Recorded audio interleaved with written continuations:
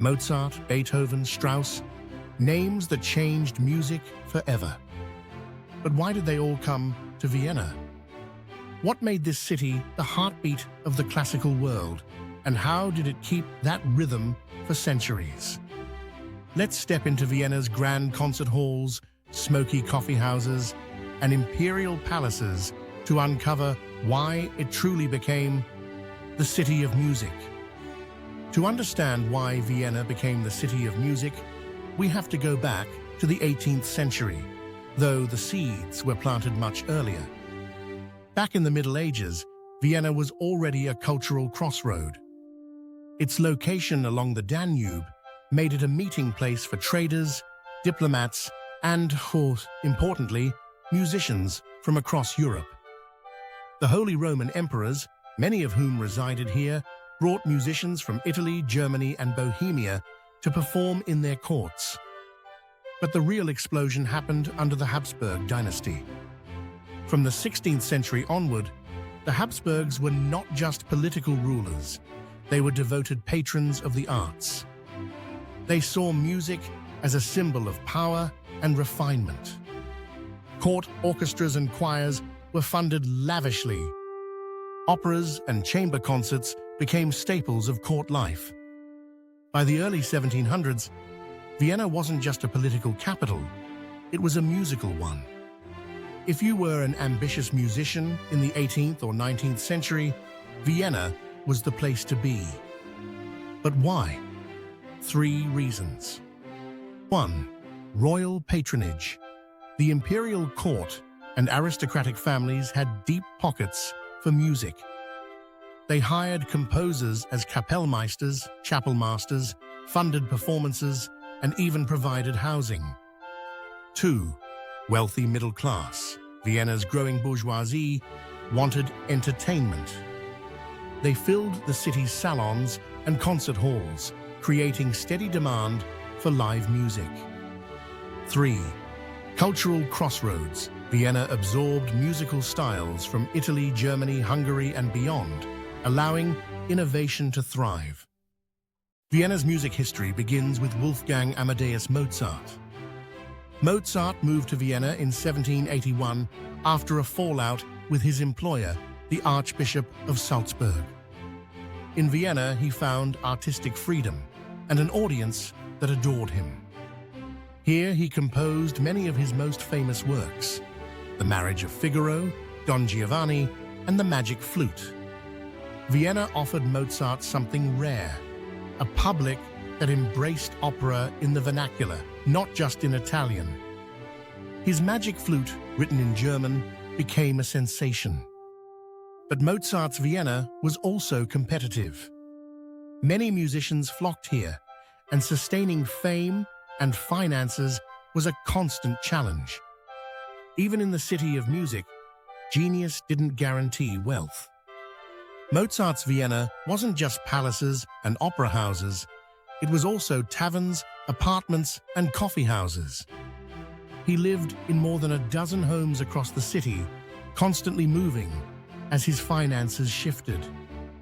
If you walk through Vienna today, you can still visit the Mozart House Vienna near St. Stephen's Cathedral, the only one of his apartments still standing. Here, Mozart composed The Marriage of Figaro in 1786. Imagine the narrow streets outside, filled with horse-drawn carriages.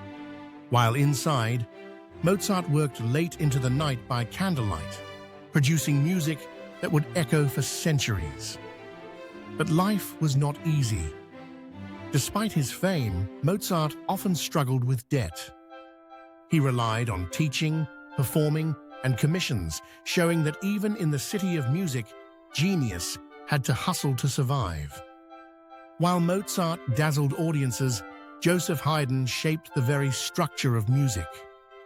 Haydn spent most of his career in service to the Esterházy family in Hungary, but Vienna was his cultural anchor.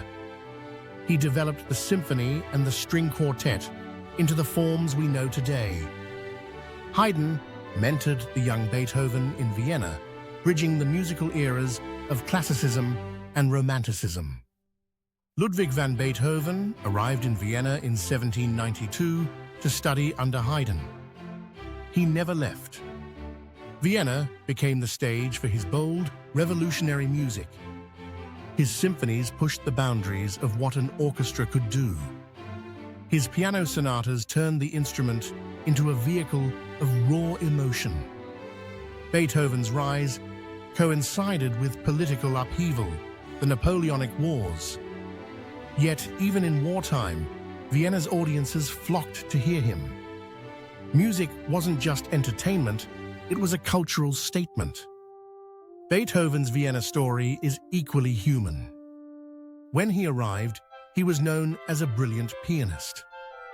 His fiery improvisations amazed audiences in aristocratic salons. But as his deafness worsened, Beethoven transformed into something more, a composer who pushed music beyond tradition. In Vienna, he wrote the Heiligenstadt Testament, a letter confessing his despair over his hearing loss. Yet instead of giving up, he poured his struggle into music. His Eroica Symphony, premiered in Vienna in 1805, shocked audiences with its power and length.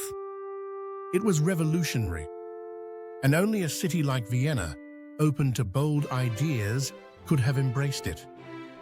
By the 19th century, Vienna's musical scene was no longer just about concert halls.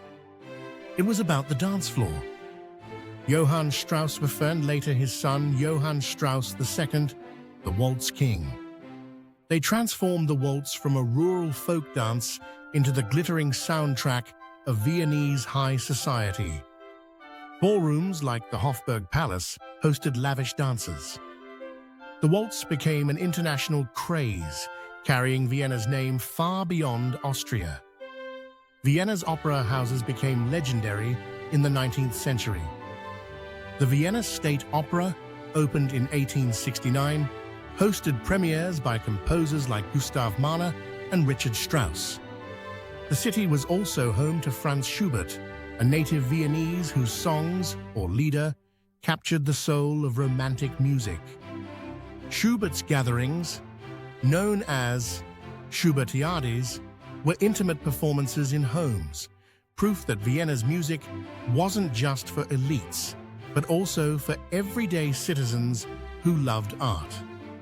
By the early 20th century, Vienna was still from the global music capital, but the sound was changing. Composers like Arnold Schoenberg, Alban Berg, and Anton Webern formed the second Viennese school, introducing atonality and 12-tone composition. It was bold, challenging, and controversial, but once again, Vienna was setting trends. World events, including the World Wars, disrupted Vienna's cultural life, but its musical heritage remained. Today, Vienna's streets still echo with music. The Vienna Philharmonic remains one of the world's most celebrated orchestras. The annual New Year's concert, broadcast globally, draws millions of viewers. The city's coffeehouses, once haunts for composers, now host jazz nights and chamber concerts. Street performers play Mozart concertos outside Baroque churches. The legacy isn't frozen in museums. It's alive in the air you breathe here. For travelers, the magic is that Vienna still breathes with Mozart and Beethoven's presence. You can stand in St. Stephen's Cathedral, where Mozart was married. You can attend a concert at the Theater an der Wien, where Beethoven's works first rang out. And, of course, the Vienna State Opera continues the city's operatic tradition. Even the cafes carry history. In Mozart's time, they were buzzing centers of intellectual life, where musicians and thinkers mingled over coffee. Sitting in a Viennese cafe today, you can almost imagine Mozart sketching notes or Beethoven furiously jotting ideas on a napkin. Vienna's title as the City of Music isn't just history, it's a living tradition. From the grandeur of Beethoven's symphonies to the swirl of Strauss's waltzes, music here isn't an accessory to life, it is life. And for travelers, there's perhaps no better souvenir than standing in the same halls where the greatest melodies were born. So why did Mozart and Beethoven choose Vienna? Because here, more than anywhere else, talent met opportunity. Vienna gave them audiences, patrons, and stages to experiment. And in return, they gave Vienna a legacy that made it the city of music forever. Like and subscribe for more travel history adventures.